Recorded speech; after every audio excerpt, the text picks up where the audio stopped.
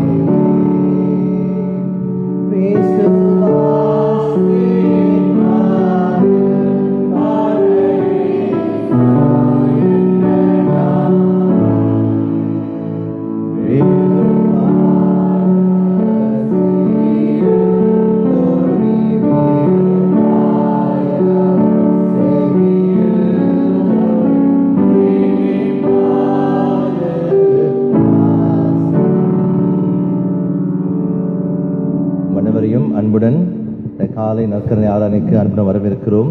Lent காலத்தில் 3ஆம் நாள் நாம் இருக்கிறோம். நம் மத்தியில் ஆசரிப்பு கூடாரம் மற்றும் பர்னபாஸ் ஆலயத்திலிருந்து அங்கத்தை வந்திருக்கிறார்கள். பிற்பாடு நான் சொல்றேன் ஏன் வந்திருக்கிறாங்கன்னு. உங்களை பார்க்க வந்திருக்கிறாங்க. அவர்கள் நம்ம கரந்தட்டி வரவேற்போம்.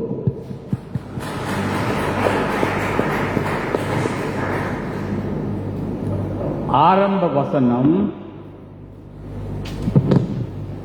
தேவனுக்கு ஏற்கும் பலிகள் நொறுங்குண்ட ஆவிதான், நொறுங்குண்டதும் நறுங்குண்டதுமான இருதயத்தை நீர் புறக்கண்ணீர். ஜெப புத்தகத்தில் 3ஆம் பக்கம். கர்த்தர் உங்களோடு இருப்பாராக. நாம் யாவருமாக சேர்ந்து எல்லா இருதயங்களையும் எல்லா விருப்பங்களையும் எல்லா ரகசியங்களையும் அறிந்திருக்கிற சர்வவல்லமையுள்ள தேவனே, நாங்கள் தெய்வத்தில் பரிபூர்ணமாய் அன்பு கூறவும் பசுநாமத்தை உத்தமமாய் மகிமைப்படுத்தவும் எங்கள் கர்த்தராகிய இயேசு கிறிஸ்து நிமித்தம் இந்த பரிசுத்தாவின் ஏவுதலால் எங்கள் இருதயத்தின் சிந்தனைகளை சுத்தம் பண்ணி அருளும். ஆமென். கீழ்ப்பகுதி. கர்த்தாவே எங்களுக்கு இறங்கும், கர்த்தாவே எங்களுக்கு இறங்கும், கிறிஸ்துவே எங்களுக்கு இறங்கும், கர்த்தாவே எங்களுக்கு இறங்கும், கர்த்தாவே எங்களுக்கு இறங்கும். கீழ் உள்ள பகுதி நாம் யாவரும் சேர்ந்து 3 முறை இதை சொல்லுவோம். பரிசுத்த கடவுளே, பரிசுத்த வல்லமையுமானவரே, பரிசுத்த முக்கியமானவரே எங்களுக்கு இறங்கும். பரிசுத்த கடவுளே, பரிசுத்த வல்லமையுமானவரே, பரிசுத்த முக்கியமானவரே எங்களுக்கு இறங்கும். பரிசுத்த கடவுளே, பரிசுத்த வல்லமையுமானவரே. சுருக்க ஜெபம் கைப்பிரதியில் இருக்கிறது. சாம்பர் புதன்கிழமைக்குரிய சுருக்க ஜெபம் நாம் யாவருமாக சேர்ந்து அறிக்கையிடுவோம், ஜெபிப்போம். சர்வ வல்லமையுள்ள நித்திய பராபரனே, தேவரை சிருஷ்டித்தவர்களில் ஒன்றையும் பகையாதவரும் தங்கள் பாவ நிமித்தம் மனசாப்படுகிற யாவருக்கும் மன்னிக்கிறவருமாய் இருக்கிறீர். என்னுடைய பாவங்களை குறித்து நாங்கள் துக்கித்து புலம்பி என் நிர்பாக்கியத்தை அறிக்கையிட்டு சம்பூர்ண இறக்கமுள்ள தெய்வத்துக்கு குறைவற்ற விமோசனத்தையும் பாவ மன்னிப்பையும் பெறத்தக்கதாக எங்களுக்குள்ளே நொறுங்கொண்ட புதிதான இருதயத்தை சிருஷ்டிக்க வேண்டும் என்று எங்கள் கர்த்தராகிய இயேசு கிறிஸ்துவின் மூலமாய் வேண்டிக் கொள்கிறோம். ஆமென். எழுந்து காலத்தில் 3ஆம் ஞாயிறு சுருக்க ஜெபம் நாம் யாவரும் சேர்ந்து ஜெபிப்போம்.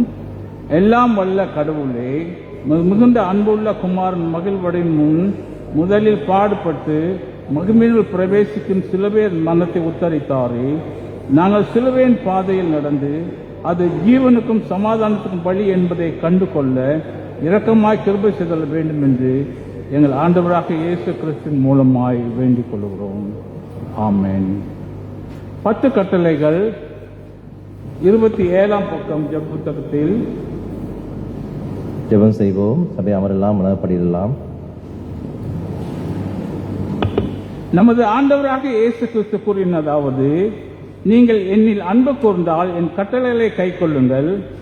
கடவுளுடைய வார்த்தையை கேட்டு அவைகளை கை கொள்ளுகிறவர்களே பாக்கியவான்கள். ஆகவே கடவுள் தமது ஜனத்துக்கு கொடுத்த கட்டளையை கேட்டு அவற்றை இருதயத்தில் கொள்ளுங்கள். உங்கள் தேவனாகிய கர்த்தர் நானே. என்னையன்றி உனக்கு வேறே தேவர்கள் உண்டாயிருக்க வேண்டாம். நீ உன் தேவனாகிய கர்த்தரிடத்தில் உன் முழு இருதயத்தோடும் உன் முழு ஆத்மாவோடும் முழு மனதோடும் உன் முழு பலத்தோடும் அன்பு கூறுவாயாக.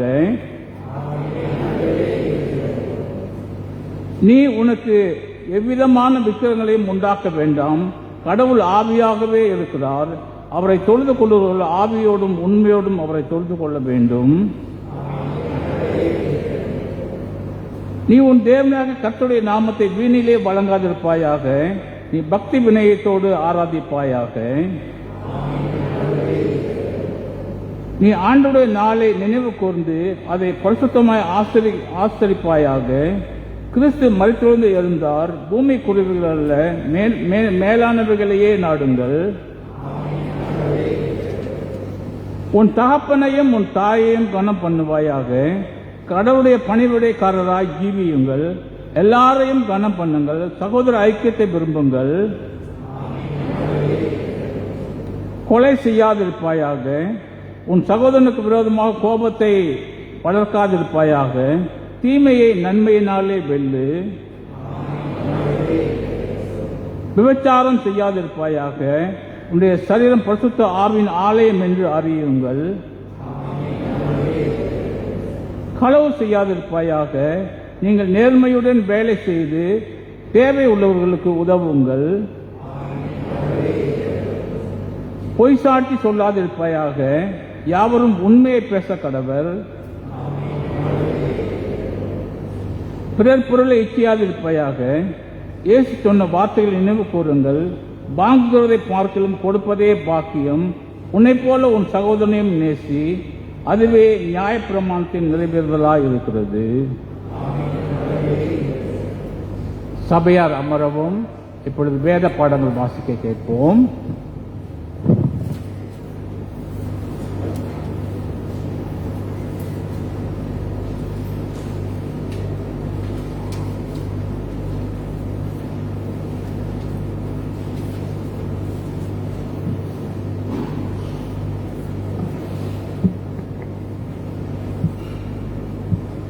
Today's first reading is taken from the book of Isaiah, chapter 55, verse 1 to 9.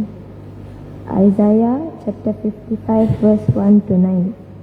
Come, all who you are thirsty, come to the waters, and you who have no money, come buy and eat.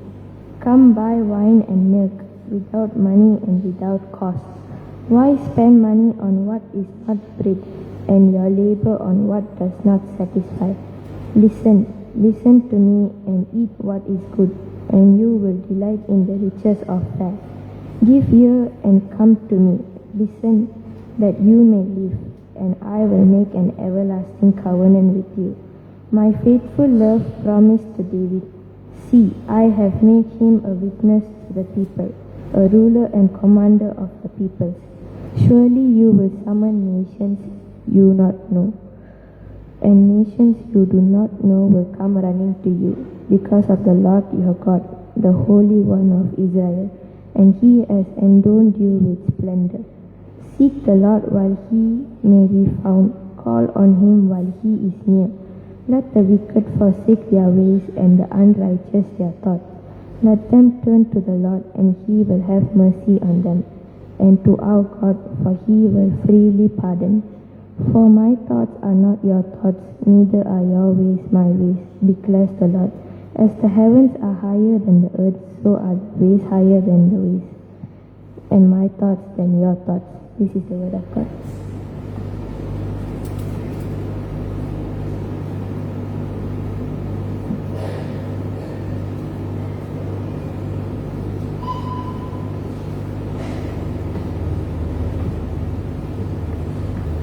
வாசிக்கும்படியாக குறிப்பிட்ட சங்கீதம் 63ஆம் சங்கீதம் 1ஆம் வசனம் முதல் 9ஆம் வசனம் வரை இதை நாம் மாறி மாறி வாசிப்போமாக.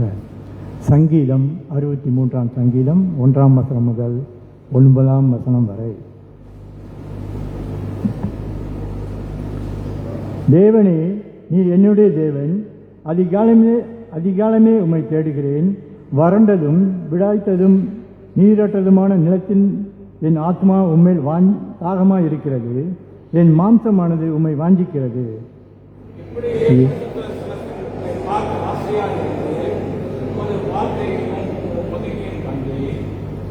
ஜீவனை பார்க்கிலும் உமது கிருபை நல்லது. என் உதடுகள் உம்மை துதிக்கும்.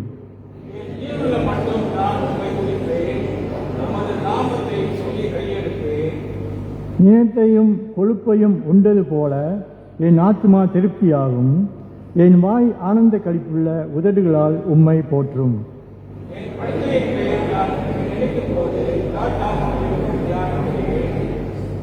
நீர் எனக்கு துணையாய் இருந்ததினால் உமது செட்டிகளின் நிழலில் களி கூறுவேன்.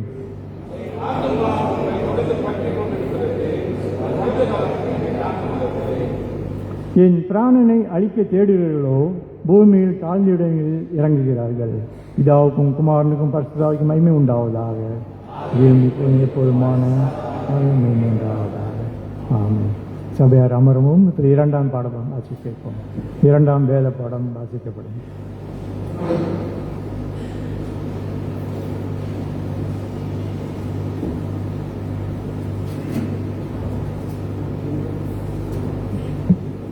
Today's second reading is taken from book of 1 Corinthians chapter 10 verse 1 to 13. 1 Corinthians chapter 10 verse 1 to 13. For I do not want you to be unaware, brothers, that our father were all under the cloud, and all passed through the sea, and all were baptized into Moses in the cloud and in the sea. And all ate the same spiritual food, and all drank the same spiritual drink. For they drank from the spiritual rock that followed them, and the rock was Christ. Nevertheless, with most of them God was not pleased, for they were overthrown in the wilderness. Now this thing took place as example for us, that we might not desire evil as they did. Do not be idolaters, as some of them, as it is written, the people sat down to eat and drink, the rose up to play. We must not include in sexual immorality, as some of them did, and 23,000 fell in a single day. We must not put Christ to the test, as some of them did, and were destroyed by serpents. Grumble as some of them did and were destroyed by the destroyer. Now this thing happened to them as an example, but they were written down for our instruction, on whom the end of the ages has come. Therefore, let anyone who thinks that he stands take heed lest he fall. No temptation has overtaken you that is not common to man. God is faithful, and He will not let you be tempted beyond your ability, but with the temptation He will also provide the way to escape, that you may be able to enjoy it. This is the word of the Lord.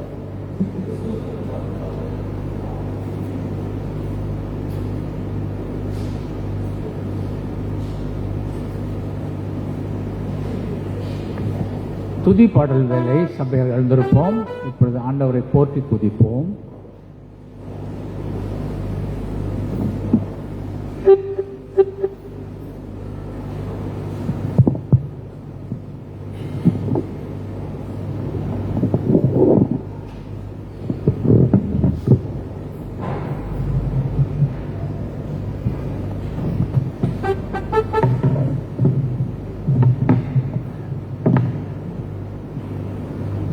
தீபமாக நன்றி தகப்பனே, நன்றி அப்பா. இந்த காலவெளிக்கு நன்றியோடு சொல்லுங்க அப்பா. கடந்த வாரம் அப்பா கண்மணி நன்றிக்காக நன்றி அப்பா.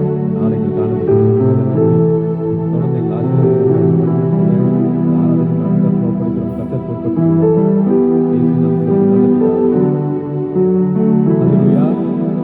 கர்த்தர் நல்லவராக இருக்கிறார். ஒவ்வொரு நாளும் அன்பு அநேக காரியம் செய்து கொண்டிருக்கிறார். கர்த்தருக்கு நாம் நன்றி சொல்லி பாடுவோமாக. ஹல்லேலூயா.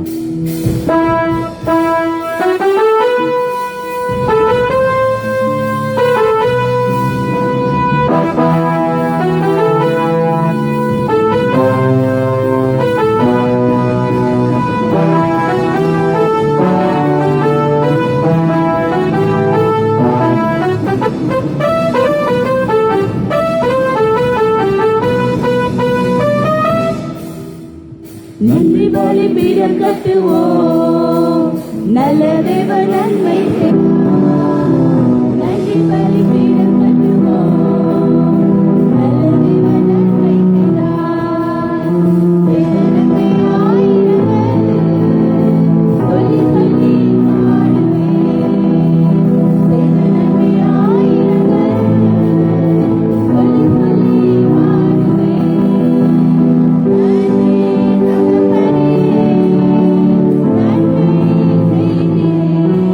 நன்றி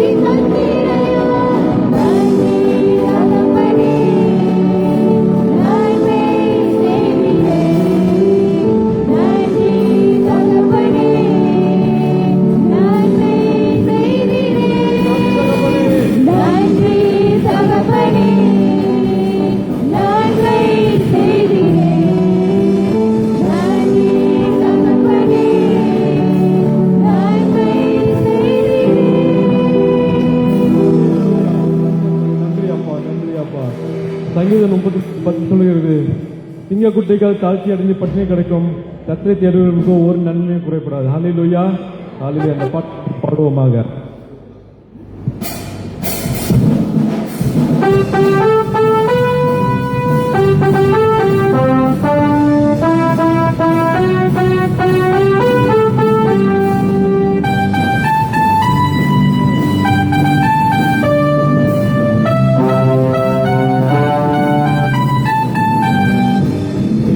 குட்டிகள் பற்றி கிடக்கும், ஆண்டவரை தேடி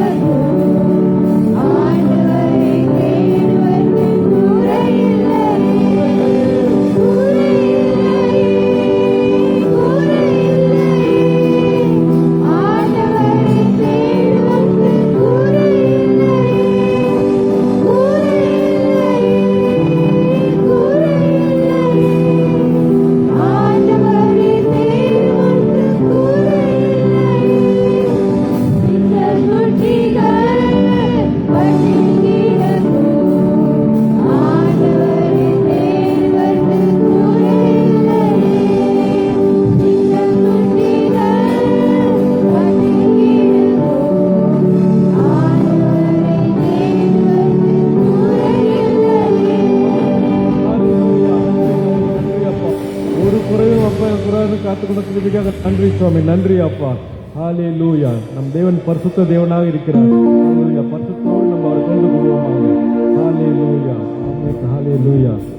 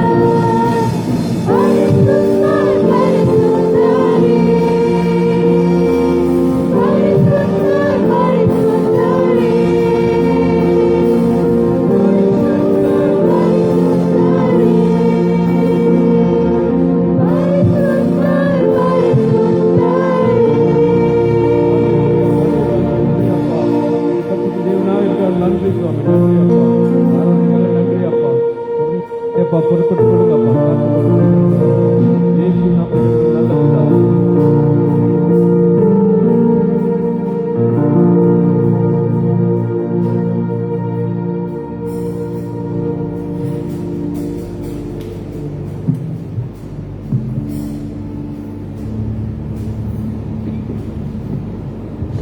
சபையார் நின்றபடியே சுவிசேஷ பாடம் வாசிக்க கேட்போம்.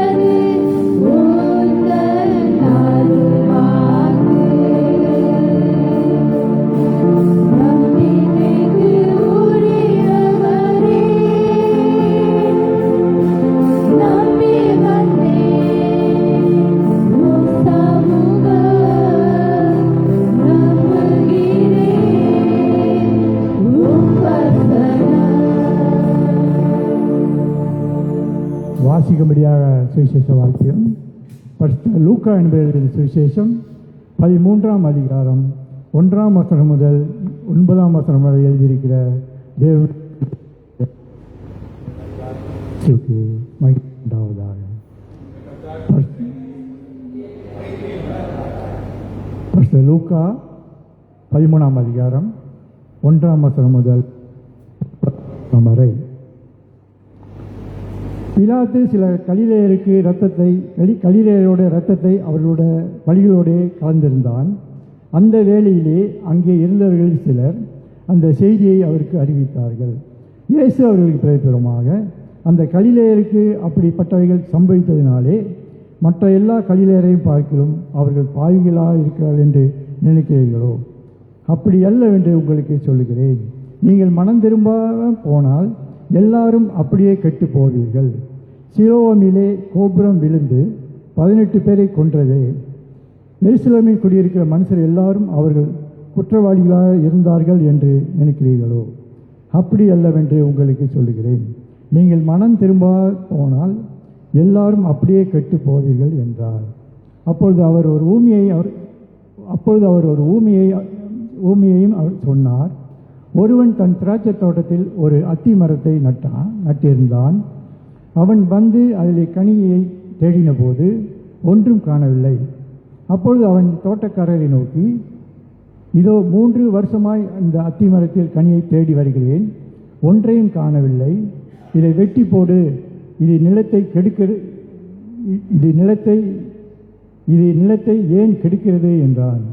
அதற்கு அவன், ஐயா, இது இந்த வருஷம் இருக்கட்டும், நான் இதை சுற்றி கொத்தி ஏறு போடுவேன். கனி கொடுத்தால் சரி, கனி கொடுக்காவிட்டால் இனி இதை வெட்டி போடலாம் என்று சொன்னான் என்றார். இது கிறிஸ்துவின் நற்செய்தி. நமது ஆண்டவராகிய கிறிஸ்துவுக்கு துதி உண்டாவதாக.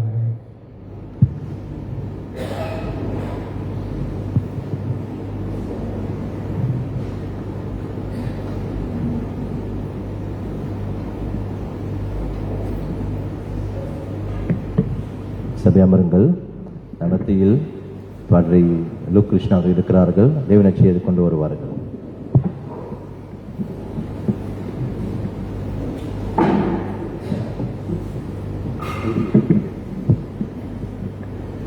அப்படியே நம்ம தலை வணங்கி ஜெபம் செய்வோம்.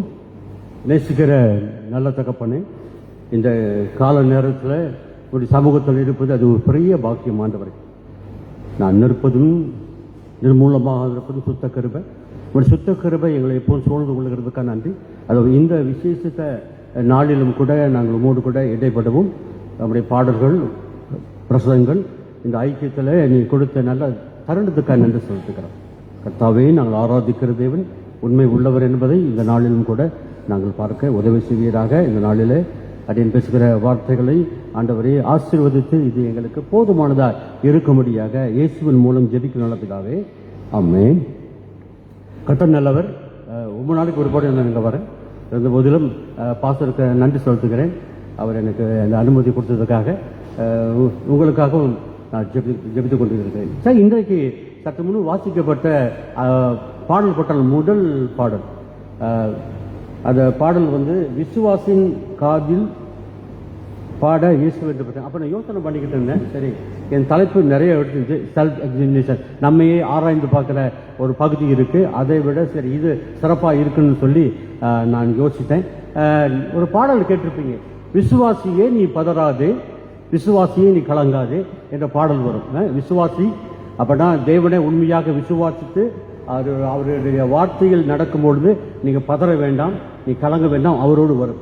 இன்னொரு பகுதி, விசுவாசியே நீ உன்னை நீ பார்த்துக்கொள். இன்றைக்கு நீ படித்த இந்த பாடங்கள் எல்லாமே ஆண்டவர் பார்த்து சொல்லுகிற ஒரு விஷயம் என்றால், ஒருவருக்கு என்ன சொல்றாரு, நீ ஆண்டவருக்குள் இருக்கும் பொழுது, ஆண்டவர் வார்த்தையில் நடக்கும் பொழுது நீ பதற வேண்டாம், கலங்க வேண்டாம், நான் உன்னோடு இருக்கிறேன் என்று அந்த வார்த்தை நமக்கு நேராக வரும். பயப்பட அவசியம் இல்லை. எல்லா நிலைகளிலும் நம்மை பாதுகாத்து நடத்துகிற ஒரு தெய்வம் நம்ம கூட நடக்கிறார் என்பதை அதை நீங்கள் உணர்ந்திருக்கிறீங்க. அதான் நீங்க வந்திருக்கிறீங்க. இன்னொரு பகுதி, விசுவாசியே நீ உன்னை பார்த்துக்கொள், அடுத்தவங்களை நான் பாயிண்ட் பண்ணி பேசிட்டு உங்களை விட நான் நீதிமானா இருக்கிறேன், உங்களை விட நான் விழமாட்டேன் அப்படின்னு என்கிறவர்களுக்கு ஒருவேளை இந்த செய்தி உங்களுக்கு சேரும் என்று நினைக்கிறேன். இன்றைக்கு 1 கொரிந்தியர் 10ஆம் அதிகாரத்திலிருந்து உங்களோட நான் பேச எடுத்துக்கொள்ளப்பட்டேன். அதுக்கு முன்பாக லூக்கா 13ஆம் அதிகாரத்தில் கொஞ்சம் பரவலாக நான் உங்களை பேசுகிறேன். யூதர்கள் அந்த நாட்களிலே என்னன்னு செஞ்சாங்க, அது ஒரு கூட்டம் இருந்துச்சு. அவங்களை விட நீதிமான்கள் யாரும் இல்லை, நாங்கள் நிற்கிறவர்கள், நாங்கள் செய்கிறது தான் சரி, அடுத்தவங்க செய்கிற சரியில்லை சொல்லி அவங்களை சுட்டி காட்டி பேசுகிற ஒரு கூட்டம் எப்போது இருக்கும் வர. 13ஆம் அதிகாரத்தில் என்ன நடக்குது, அங்கே பிலாத்து அவனுடைய ரத்தத்தில் நிறைவு கலந்துட்டான். அப்படின்னா பிலாத்து இடத்துல மோதி சில பேர் இறந்து போயிட்டாங்க, அவன் சிலரை கொண்டு போட்டாங்க. அப்போ கொண்டு போட்ட பிற்பாடு செய்தி வந்த பிற்பாடு அங்கே இருக்கிற நீதிமன்றங்கள் சொல்கிறாங்க, அவங்களெல்லாம் பாவிகள், பாவத்தினால தான் அவங்க செத்து போயிட்டாங்க அப்படின்னு அந்த காரியத்தை இயேசு சொல்கிறாங்க. அப்போ இயேசு சொல்கிறாரு, அப்படின்னா சிலோம் அந்த மதில் கீழே விழுந்து 18 பேர் செத்து போயிட்டாங்களே, அவங்க பாவிகளா அப்படின்னு சொல்லி ஒரு கேள்வி கேட்காரு. இல்லைங்களா? அப்படின்னா பாவம் செய்தால் செத்து போயிடுவாங்க, பாவம் செய்தால் கடவுள் அடிச்சிடுவார் என்று ஒரு சிலர் தரப்பார் அன்னைக்கு இருந்தாங்க. பாருங்க, இன்றைக்கும் அப்படித்தான் பாருங்களேன். நம்முடைய வாழ்க்கையில் ஏதாவது யாரும் ஒருத்தர் இறந்து போயிட்டாங்களா, ஒரு ஆக்சிடென்ட்ல ஒரு வியாதியில் இறந்து போயிட்டாங்க, உடனே நம்ம என்ன செஞ்சிடும், அது அவங்க பாவம் செஞ்சுட்டாங்க, அதுதான் அப்படி வந்துச்சு, பாவத்துடைய பலன் வந்துச்சு என்று சொல்லி நம்ம அவர்களை போல சுட்டி காட்டுகிற நம்ம ஜனங்களா இருக்கக்கூடாது. பாருங்களேன், ஆண்டவர் அப்படின்ற உலகத்தில் யாரும் இருக்க மாட்டாங்க. இறக்கிறவங்கலாம் பாவத்தை தான் சாகுறாங்க என்று நம்ம சொல்லுவோம் என்றால் நாம் தான் தேவனிடத்தில் நியந்திருக்கப்படுவோம். பாருங்க, ஆகவே இன்றைக்கு இந்த காரியத்தான் இயேசு கிறிஸ்து பேசுகிறார். பவுலும் அதான் விளக்கி சொல்றார். எடுத்துக்கொள்ளும் 1 கொரிந்தியர் 10ஆம் அதிகாரத்தில் அதில் 3 விஷயங்கள் இருக்குது. ஒன்று ஐடோல்ட்ரி, விக்கிர ஆராதனை, இன்னொன்று உம்மோரலிட்டி, அதாவது அவங்க வாழ்க்கை தவறான முறைகள், அடுத்தது இல்னஸ் சொல்லுவாங்க. அப்படா அவங்ககிட்ட இருக்கின்ற 3 காரியங்கள், அதை மட்டும் உங்களுக்கு நான் விரும்புன்னு சொல்லி முடிக்கிறேன். எடுத்துக்கொள்ளும் 1 கொரிந்தியர் 10ஆம் அதிகாரம்.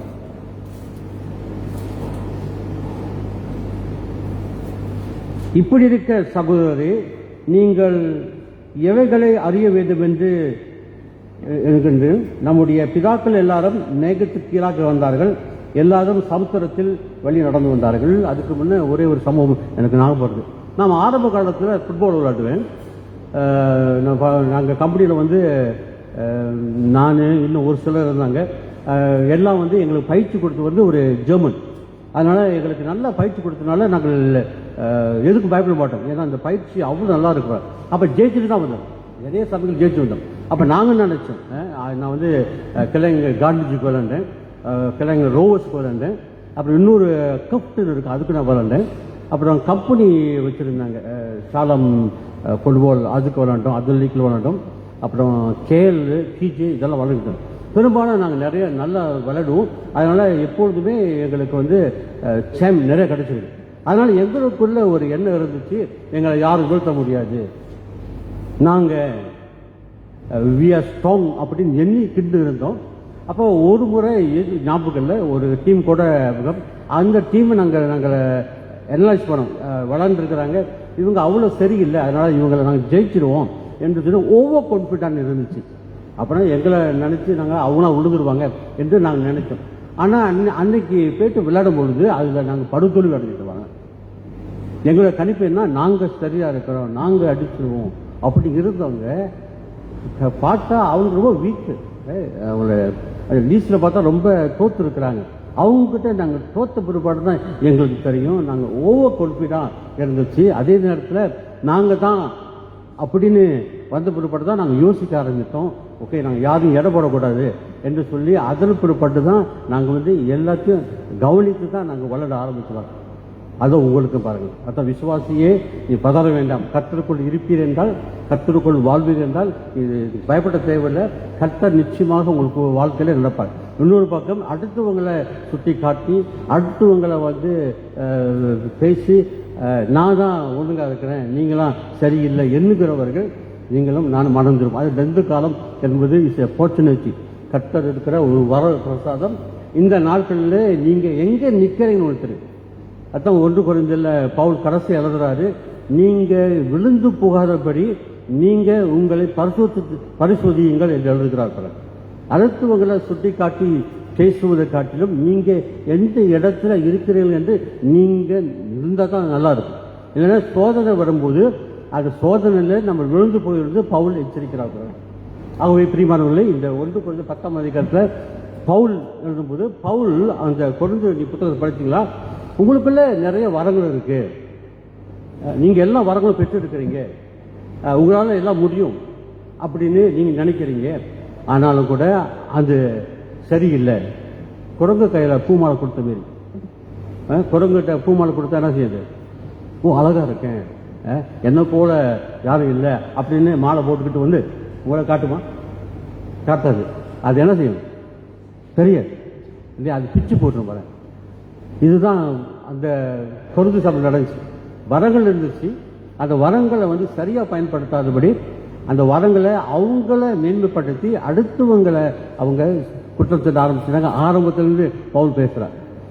ஒருவேளை நீங்கள் அந்த நாட்களிலே கொருந்து பட்டணத்தில் இருந்தீங்களா, நீங்க போயிட்டு கேட்டீங்களா, நீங்க யாருன்னு கேட்டீங்களா, அவங்க கிறிஸ்டியன் சொல்ல மாட்டாங்க, நான் ஒரு கொருந்தியன், நான் ஒரு கொருந்து அப்படின்னு சொல்லுவாங்க. கொருந்து தலைகீழ நடந்துச்சு, ராணுவத்தால் இருந்துச்சு பாருங்க. இன்னைக்கு கொருந்து பட்டணம் இல்லை, எல்லாம் போயிடுச்சு பாருங்க. அப்படி வாழ்ந்தாங்க. அது ஆரம்பத்தில் படிச்சுக்கிட்டு இருந்தால் அவங்ககிட்ட நிறைய வரங்கள் இருந்துச்சு. அந்த வரங்களை வைத்துக்கிட்டு அடுத்தவங்களை அவங்க வந்து கீழாக நடத்த ஆரம்பிச்சாங்க. ஒருவேளை நீங்க அப்படி இருக்கிறோம், நான் வெல் பிளஸ்ட், நான் நல்லா இருக்கிறேன், அடுத்தவங்க பார்த்து இவங்களோட வரங்கள் இருக்கிறாங்க அப்படின்னா அவங்க சரியில்லை. நார்மலி அப்படித்தான் சொல்லுவாங்க. யூதர்கள் அப்படித்தான் இருப்பாங்க.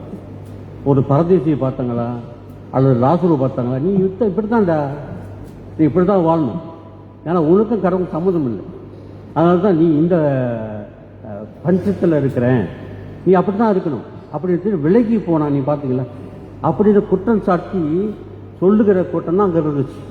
அவனுக்கு போயிட்டு உதவி செய்ய வேண்டிய எண்ணம் இல்லை பாருங்க, அப்படி எண்ணம் இல்லாத இருந்தது.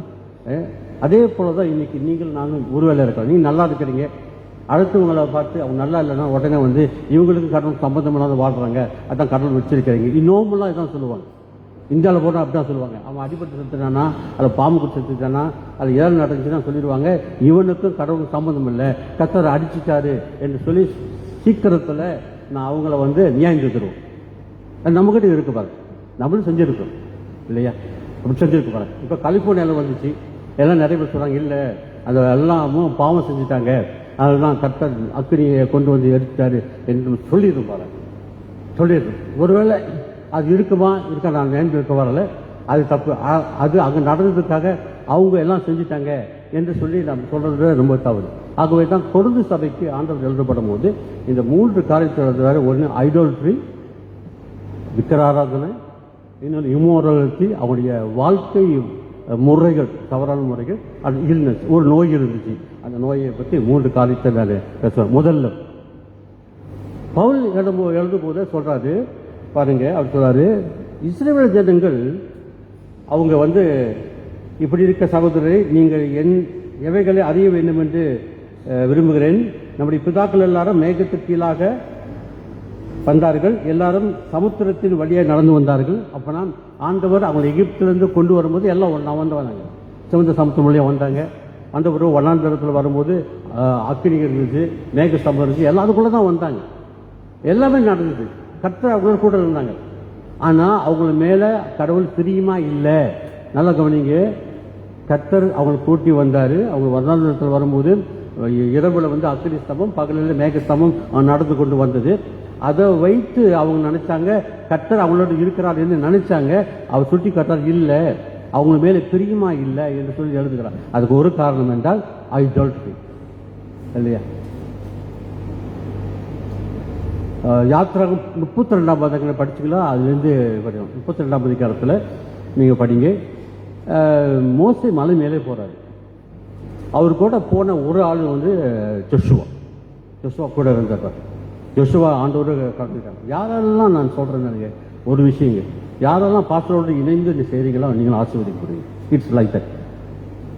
பாஸ்டரோடு இணைந்து நீங்கள் நடக்கும்போது கர்த்தர் உங்களுடைய வழிகளை நடத்துவார். என்னுடைய வாழ்க்கையில் நடந்த சம்பவங்கள் அந்தையிலேருந்து இன்னும் மேலாக இருந்த பாஸ்டரோடு இணைந்து நடக்க வைக்கும்போது கர்த்தர் என்னை ஆசீர்வதிக்க ஆரம்பித்தார். God bless so much.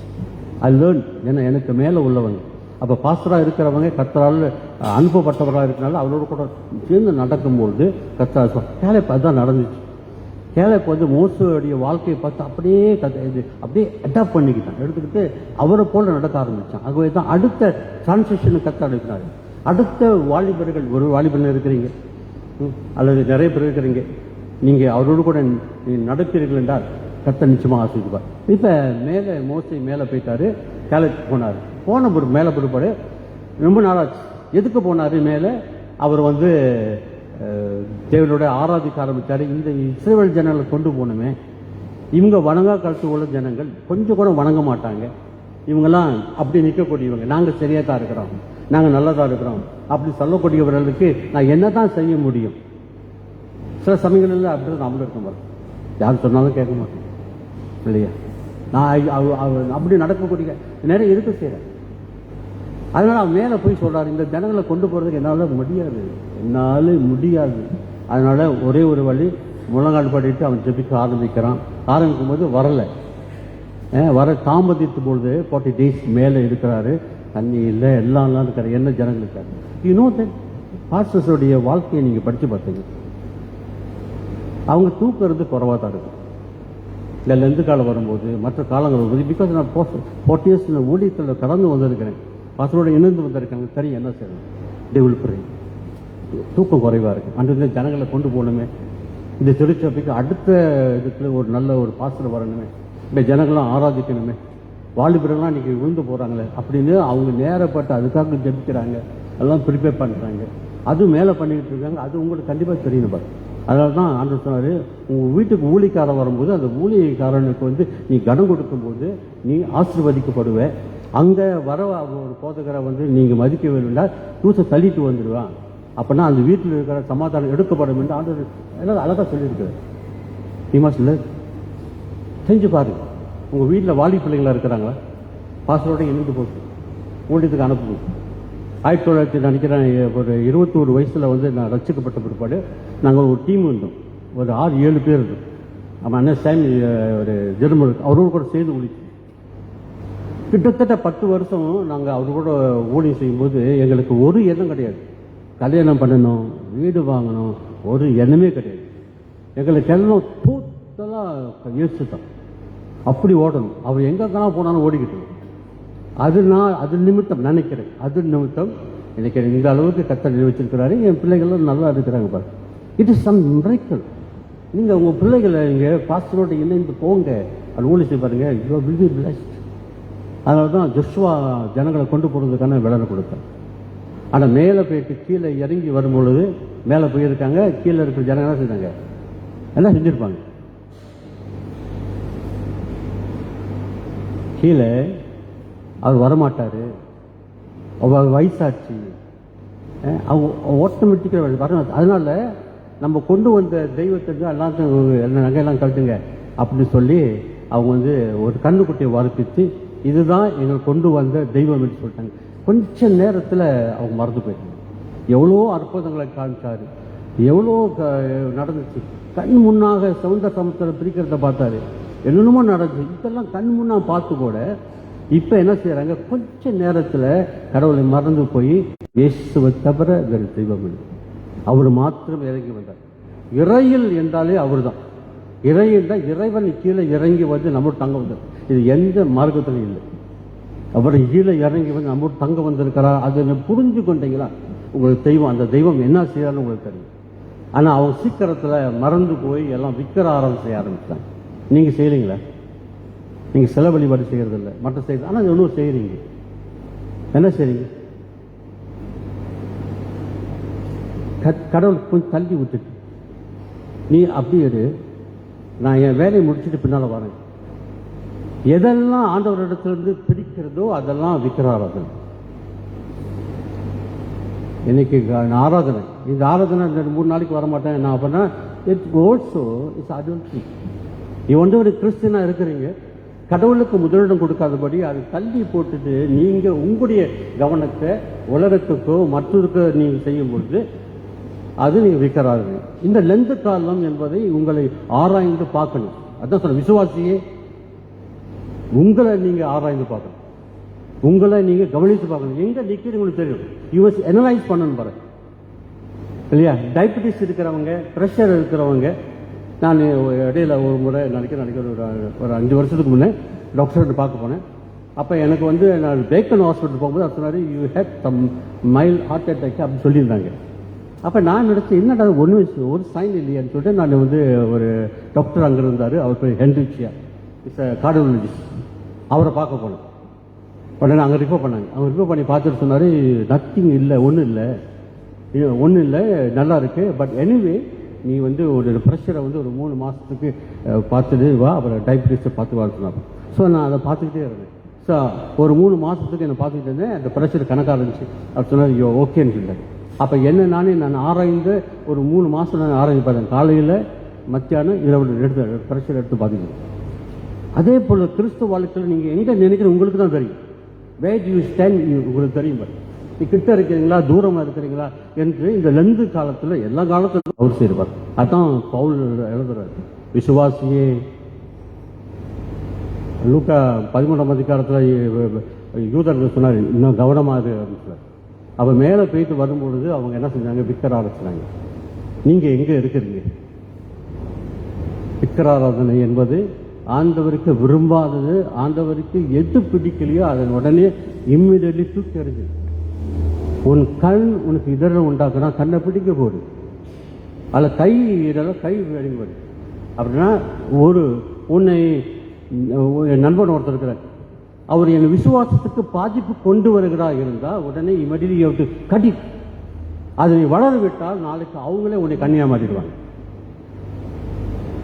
எனக்கு தெரியும் எத்தனோ பேர் வந்து அப்படியே போயிருக்கிறாங்க. காரணம் அவங்க கூட்டாளி, நீ வாப்பான்னு கூட்டி அப்படியே விட்டுட்டு போயிருக்காங்க. அப்படி இல்லாதபடி நீங்கள் ஆராய்ந்து பார்க்க வேண்டிய ஒரு காரியம். You have something inside. ஆலயத்துக்கு போனா ஒரு முறை ஒரு பையன் ஆலயத்துக்கு அப்பா கூப்பிட்றோம். அப்பா சொல்றாரு, நான் வரடா, எனக்கு ரொம்ப டைட்டா இருக்கு, நீ போயிட்டு வாடா அப்படின்னு சொல்றாரு. உடனே அவன் தாமதமாக வர்றாரு. பேச்சு ஆரம்பிக்கிறதுக்கு முடிஞ்ச கொஞ்சம் ஒரு 5 நிமிஷம் வந்தார். அப்படிலாம் வந்துடாது, யூ மஸ்ட் முன்னுக்கு வந்தார். உள்ளுக்கு போயிட்டு எல்லாம் முடிஞ்சுட்டு போயிட்டாரு. போனவொன்னே அப்பா கேட்குறாரு, நீ போனியடா, என்ன நடந்துச்சு? ஆரம்பத்தில் என்ன இல்லைப்பா, நான் போகிறதுக்கு ஒரு 5 நிமிஷம் ஆயிடுச்சு, அதனால் ஆராதனை ஆரம்பிச்சிட்டாங்க. அப்படி ஓகே பரவாயில்ல, பாஸ்டர் பேசியிருப்பாரு. பாஸ்டர் பேசும்போது எனக்கு அப்படியே தூக்கம் வந்து தூங்கிட்டேன். அப்புறம் சரி முடிக்கிறப்ப வந்து பாஸ்டரை பார்த்து உங்களை ஆசீர்வதிப்பாரு, முடிக்கிறதுக்கு முன்னே வந்துட்டேன் எல்லாமே இருக்கு. அப்ப அப்பா சொன்னாரு, அவர் எதுக்காக நீ போனேன் தெரியுது அவங்களுக்கு. சில சமயங்கள் அப்படிதான் நம்மளாரு போனா உட்காந்து தூங்கலாம். ஆலயத்துக்கு போனா ஒவ்வொரு வார்த்தையும் நீங்க கவனிக்கணும். விக்கிர ஆராதனை உங்களுக்குள்ளே இருக்குதான்னு பார்க்கணும் பாருங்க. இல்லை நீங்கள் சிலை வழிபாடு இல்லை, அதுவும் செய்யலை. ஆனால் ஏதோ ஒன்று இருக்கு. அடுத்தவங்களை பற்றி பேசிட்டே இருக்கீங்களே, அதுவும் விற்கிறது. அடுத்தவங்களை குற்றம் தட்டி அதுவும் விற்கிறது. You have to clear it. நீங்கள் அதை தூக்கி எறிய வேண்டும். விக்கிர ஆராதனை உங்களுக்கு நீங்க வேண்டும். அடுத்தது பார்த்தீங்களா, நீங்கள் அடுத்து படித்து பார்த்தீங்களா, அது வேசித்தனம்.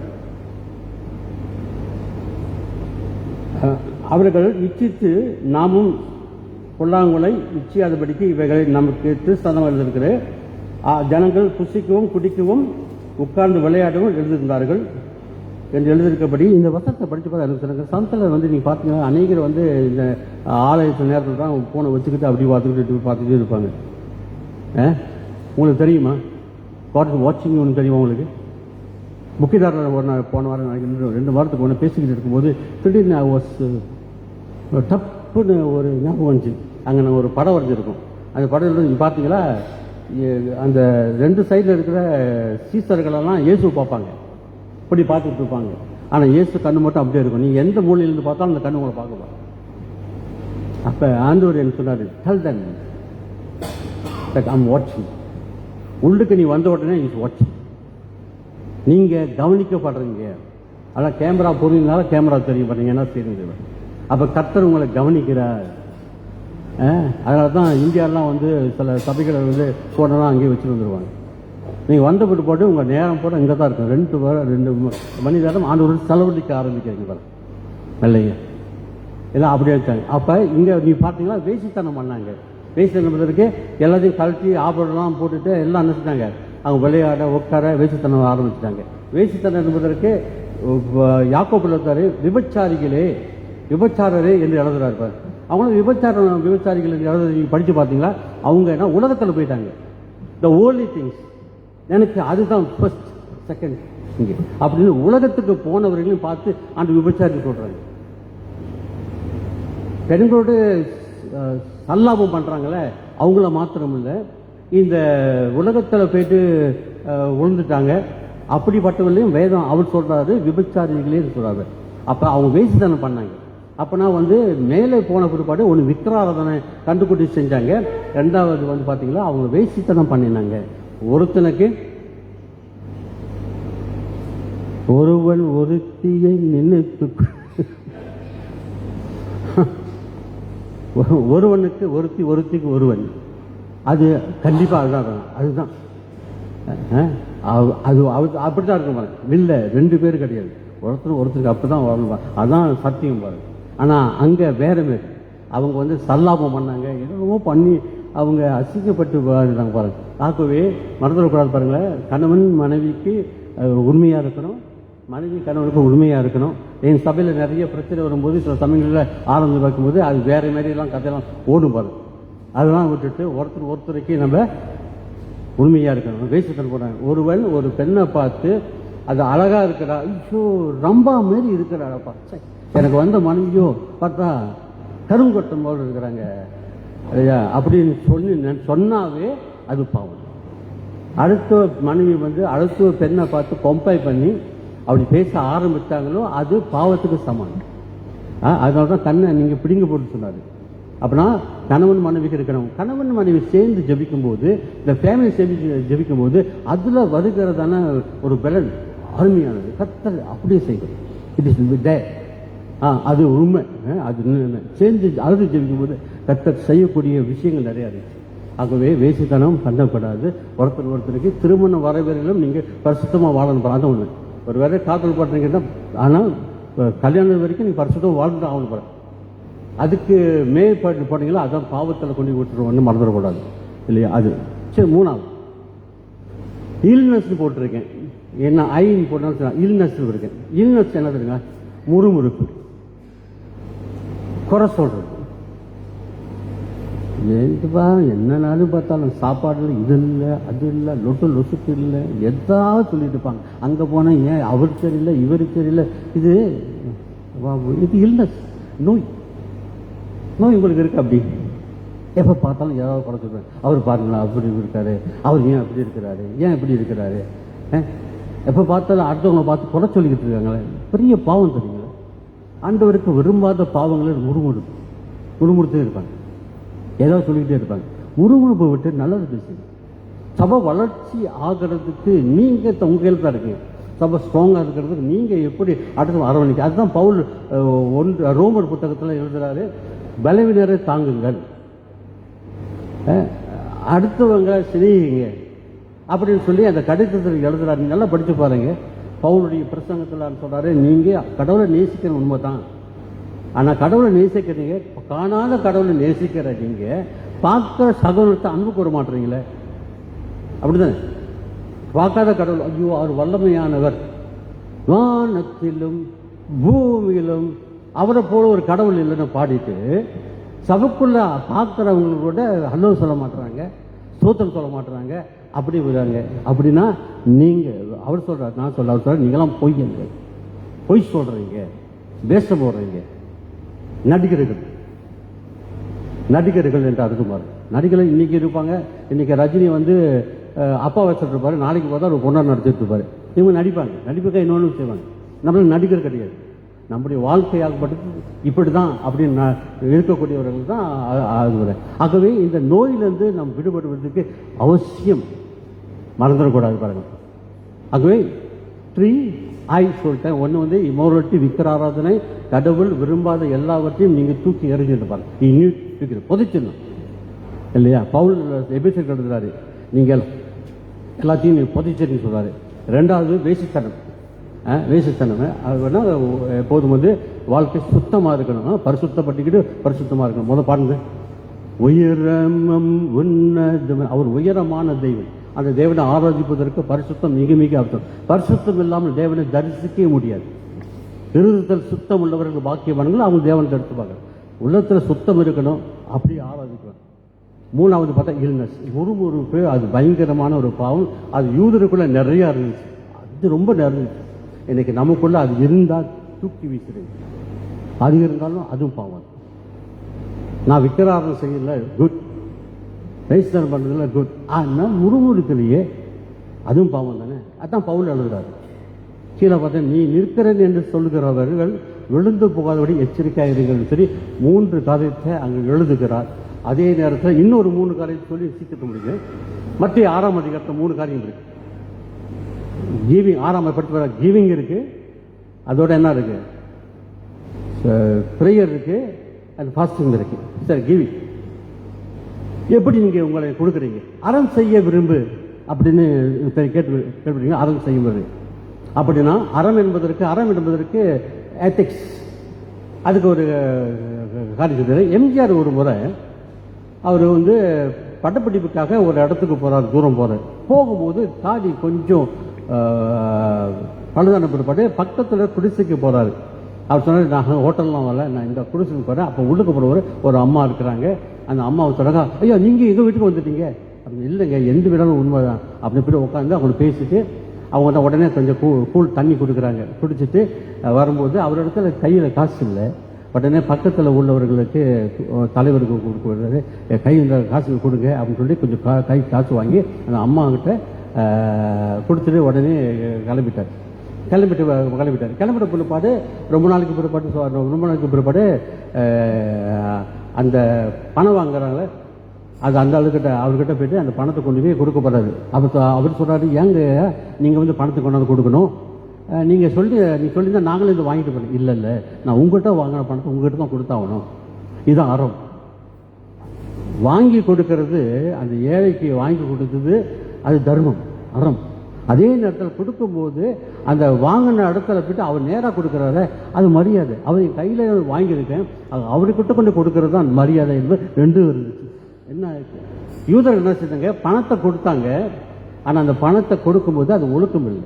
அதனால வீட்டில் முன்னோர்கள் இருந்தாங்களா, அப்பா அம்மா இருந்தாங்களா, பணத்தை கொடுத்துட்டு நான் கொடுத்துட்டேன் அப்படின்னு சொல்லிட்டு அன்பு காட்ட மாட்டாங்க. அப்பா அம்மா பணத்தை நம்மளுக்கு அவங்க எதிர்பார்க்கறது இல்லை, அவங்க கேட்கறதுலாம் அன்பை தான் கேட்குறாங்க. நீ பணத்தை வேணாடா, நீ வந்து உட்காந்து பேசுடா அப்படின்னு சொல்லுவாங்க. அவங்க இல்லை இல்லை இல்லை எனக்கு 1000 வேலை இருக்குது, உங்க கூட பேசுறதுக்கு யாரும் இல்லை, அந்த பணத்தை கொடுத்துட்டுருவாங்க இல்லையா. அப்போ அறம் என்பது எம்ஜிஆர் இடத்துல காணப்பட்டதான ஒரு அழகான குணம். ஏழைக்கு காசு கொடுத்தது ஒரு விதம், ரெண்டாவது பணத்தை வாங்கினால அந்த வீட்டுக்கு நேராக போயிட்டு உங்கள்கிட்ட கொடுத்து 2 இருக்கும் பாரு, நீங்கள் எப்படிங்க கொடுக்குறீங்க. இன்னைக்கு வந்திருக்காங்க எல்மின ப்ரோஜெக்ட் கொண்டு வந்து பற்றி பேச போகிறாங்க. அது கொடுக்கறதுனால கர்த்தர் ஆசீர்வாதம். இப்போ எடுக்கிற பணத்தை ஆண்டவரே நான் கஷ்டப்பட்டு எடுத்தேன், பணம் 10 செய்யும் சொல்லுவாங்க. நம்ம எடுக்கிற பணம் இருக்கு, நல்லதாக இருந்தாலும் இந்த பணத்தினால தான் மனுஷன் கெட்டு போகிற மாதிரி. அந்த பணத்தை கொண்டாந்து ஆண்டவரே எனக்கு கொடுத்த இன்னைக்கு இந்த அளவுக்கு நான் நல்லா இருக்கேன்னா நீ கொடுத்ததான கிருபை. ஆகவே இது நல்ல, நீங்கள் பணத்தை செலவு பண்ணுங்க, தப்பு இல்லை. ஆலயம் வரும்னு போகும்போது அல்லது தேவைன்னு வரும்போது அல்லது உங்களுக்கு பரிசுத்தவானா இருக்கிறாரு, அவருக்கு குறைகள் இல்லை. நீங்கள் பவுல் எழுதுறாரு, நீங்கள் என்ன நன்மை வந்தாலும் எந்த காசு வந்தாலும் அது பரிசுத்தவானா பகிர்ந்து கொள்ளுங்க. நல்லா படிச்சு பாருங்க, அவங்க பகிர்ந்து கொள்ளுங்க. நீங்கள் கொடுக்கிற காரியம் ஒரு பரிசுத்தவனை கொடுக்கும்போது கர்த்தர் அதை கவனித்து உங்களுக்கு கொடுக்குறாரு. போன முறைங்க சர்ச்சில் நடந்தது எனக்கு தெரியும். உட்காந்துக்கிட்டுங்க ஒரு அம்மா அங்கேயிருந்து வந்தாங்க, பாஸ்டர் இந்த காசு யாருக்கும் சொல்லாதீங்க அப்படின்னு கொடுத்துட்டு போகிறாங்க. அவங்க வந்து வேலை செய்கிறவங்க, அப்பப்போ வேலை செய்கிறவங்க, வருமானம் கிடையாது, ஒரு 200 வெள்ளி ஒரு 300 வெள்ளி அப்படி தான் எடுப்பாங்க. ஆனால் திடீர்னு வந்து கொடுத்து பாஸ்டர் இது வந்து கர்த்தர் எங்களை பேசினார் கொடுங்க சொல்லி கொடுத்துட்டு போனாங்க. 2 கவர் கொடுத்தாங்க, எனக்கு 1 அண்ணனுக்கு கொடுத்தாங்க. இது உங்களுக்காக கொடுக்குறேன், யாருக்கும் சொல்ல வேண்டாம். பிரிச்சு பார்த்தா எவ்வளோ இருக்குது. அவங்க வேலை குறவாக தான் இருக்காங்க. பிரித்து பார்த்தா எனக்கு 500 வெள்ளி, ஜோனுக்கு 500 வெள்ளி கொடுத்துருக்காங்க. எனக்கு தூக்கி வாடி போட்டுருச்சு. இல்லாதவங்க அவங்க சொல்கிறாங்க, உங்கள் மீது ஆளுகிட்ட கொடுக்கும்போது நல்லா இருக்காங்க. டிப்டியும் கனம் பண்ணுறீங்களா, உங்கள் பாஸ்டர் கனம் பண்ணுறீங்க. சில சபைகளில் பாஸ்டருக்கு வருஷத்துக்கு ஒரு முறை உட்கார வச்சு, பாஸ்டர் நீங்கள் நல்லா இருக்கிறனால தான் கேள்வி நல்லா இருக்குது, எனக்கு வடவு எனக்கு வர காசு பணம் வருது, எனக்கு வீடு வாங்கலாம், அது வர எல்லாம் பிகாஸ் ஆஃப் யோர் பண்ணுறீங்க, எங்களுக்காக நீங்கள் ஜெபிக்கிறீங்க அப்படின்னு நீங்கள் வாழ்த்தும் பொழுது கர்த்தர் ஆசீர்வதிப்பார். அது உண்மைங்க, பொய்யல, உண்மை. அது செஞ்சு பாரு, அதுதான் டிவி. சும்மா இது கொடுத்துட்டு அப்படி போல கொடுக்கும்போது அர்த்தத்தோடு கொடுக்க ஆரம்பிக்கும். எலிமினா ப்ரொஜெக்ட் அது கொடுங்க, நீங்கள் பாதுகா கர்த்தர் நிச்சயமாக ஆசீர்வதிப்பாராங்க. அப்புறம் ப்ரேயர் இருக்குது, ப்ரேயரையும் அது வந்து அவங்க லாங் ப்ரேயர் இருக்கும், அதையும் பார்க்குறாரு. எல்லாம் பார்க்கணும்னு சொல்லி ப்ரே பண்ணாங்க, அதையும் கண்டிக்கிறாரு. அப்புறம் ஃபாஸ்டிங் கூட எல்லாம் பார்க்கணும் என்பதற்காக ஃபாஸ்ட் பண்ணுறாங்க, அதையும் கிடையாது. 3 அங்கே 3 விதமான காரியத்தில் கர்த்தர் அங்கே கண்டிக்கிறாரு இல்லையா. ஆகவே பிரியமானது, இன்றைக்கு பவுல் சொன்ன இந்த விஷயத்துக்கு திரும்பி வரும். ஆகவே நிச்சயமாக நீங்கள் எல்லாத்துக்கும் கொடுங்க, கொடுக்கும்போது உங்கள் வாழ்க்கையை கொடுங்க, உங்கள் பணத்தை கொடுங்க, அதை விட பாசத்தை ப்ரே பண்ணுங்க. நிச்சயமாக அடுத்த சந்ததிகளுக்கு நம்ம தேவை. தமிழ் சபைகளுக்கு பாசஸ் தேவைப்படுறேன். சரி, நாங்களும் ரிட்டையர் பண்ணிட்டு போகிறேன், நானும் ரிட்டையர் பண்ணுறோம், அண்ணன் ரிட்டையர் பண்ணுறோம், ஓடிக்கிட்டு தான் இருக்கும் பாருங்க இல்லையா. நீ எங்கள் காலம் வந்து போகிற ஒரு பாடி யார் வருவா எது எங்களுக்கு ஒரே தலையில், நாங்களாம் அதான் நடத்திக்கிட்டு இருக்கோம். ஐயோ அடுத்த சந்ததிக்கு இந்த சபையை கொடுத்துட்டு போகணுமே, யாரும் வரணுமே என்று அதுதான் என்ன இருக்குது. அப்படி தான் என்ன இருக்குதா, வேறு ஒன்றும் கிடையாது. என்ன நம்ம சேனல். ஆகவே பிரியமானவர்களே, இன்றைக்கு இந்த கால நேரத்தை உங்களோடு கூட கட்ட கொடுத்த தருணத்துக்காக நன்றி. ஆகவே கத்த நிச்சயமாக வழி நடத்துவாராக. ஆகவே இன்றைக்கு உங்களுடைய வாழ்க்கையை நீங்கள் எங்கே நிற்கிறீங்க, விசுவாசியே நீ பத்தராது.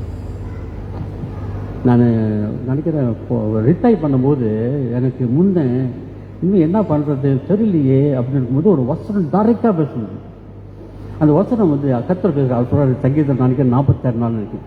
நீ இளைஞனா வந்திருக்கிற, ஆனால் உன்னுடைய முடி வெள்ளையானாலும் கூட நான் உன்னோட கூட இருந்து வழி நடத்துவேன் என்று எக்ஸாக்ட்லி அப்படி பேசுகிறார்.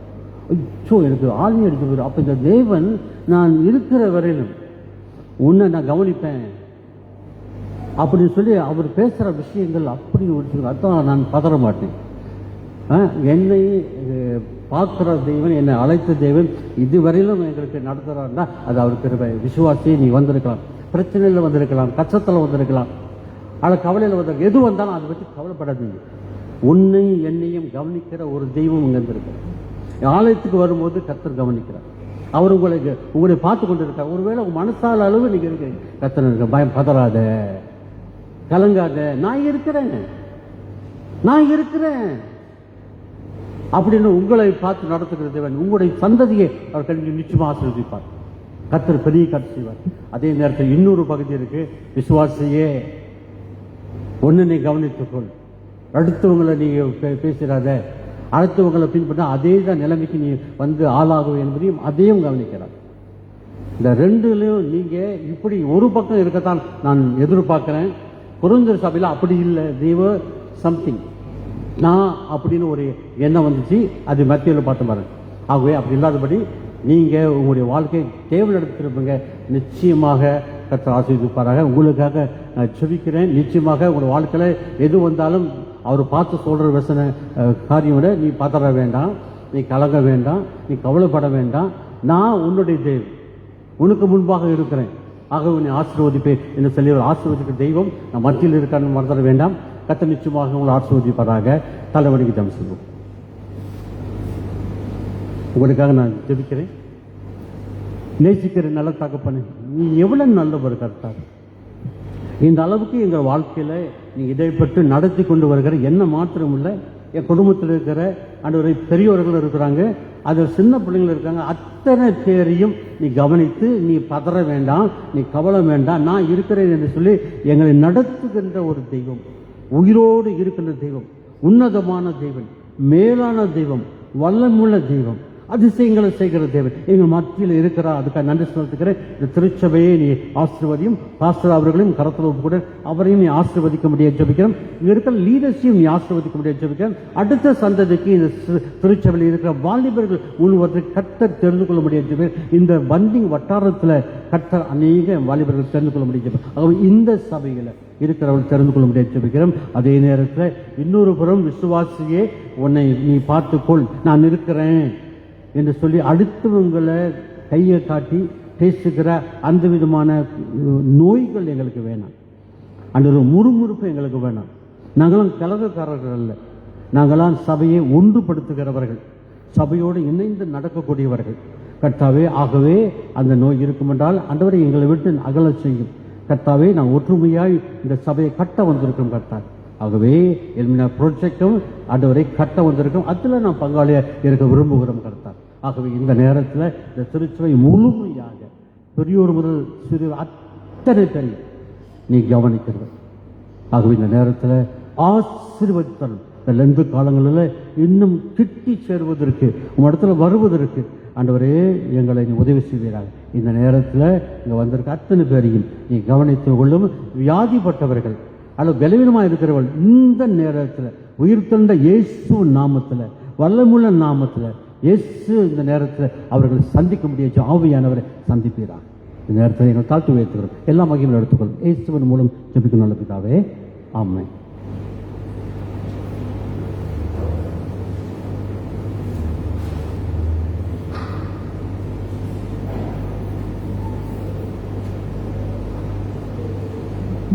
சபையார் எழுந்து நிற்போம்.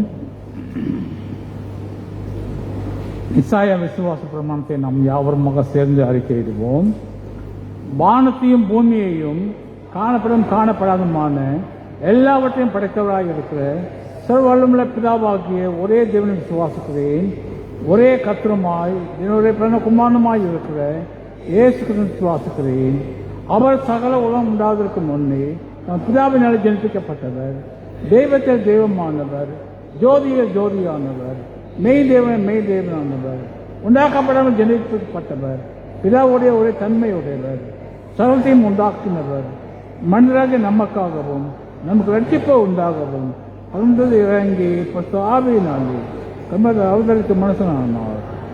நமக்காக பொந்து பிரார்த்தனை காலத்தில் சிறு அவை ஒன்று பாடுபட்டு அடக்கம் பண்ணப்பட்டார். வேல வாக்கின்படி 3ஆம் நாள் வைத்திருந்தார். குடும்பத்துக்கே பின்னாடு பார்த்து வைத்திருக்கிறார். உயிரோரையும் மலைத்தோரையும் நியாய்ந்திருக்க மகிமையோடு திரும்ப வருவார். ராஜ்யத்துக்கு முடிவில்லை. கர்த்தருமாய் ஜீவனை கொடுக்கிறதுமாய் பிதாவுடன் குமாரன் என்று புறப்படுவதுமாய் பிதாவுடன் குமாரன் கூட சோதரிக்கப்படுவதுமாய் திருதர்சிகள் மூலமாக ஒரு திருமாய் இருக்கிற பரிசுத்த ஆவியின் விசுவாசிக்கிறேன். ஒரே பரிசுத்த பொருவன் அப்போ திருச்சபை ஒன்று விசுவாசிக்கிறேன். பாவ மன்னிப்புக்கு நியமிக்கப்பட்ட ஒரே ஞானஸ்தானத்தை அறிக்கை எழுதுகிறேன். மரித்தோடு உயிர் தருவதும் மறுமுக்கிற ஜீவனம் உண்டாகும் என்று காத்திருக்கிறேன். ஜெபம் செய்வோம்.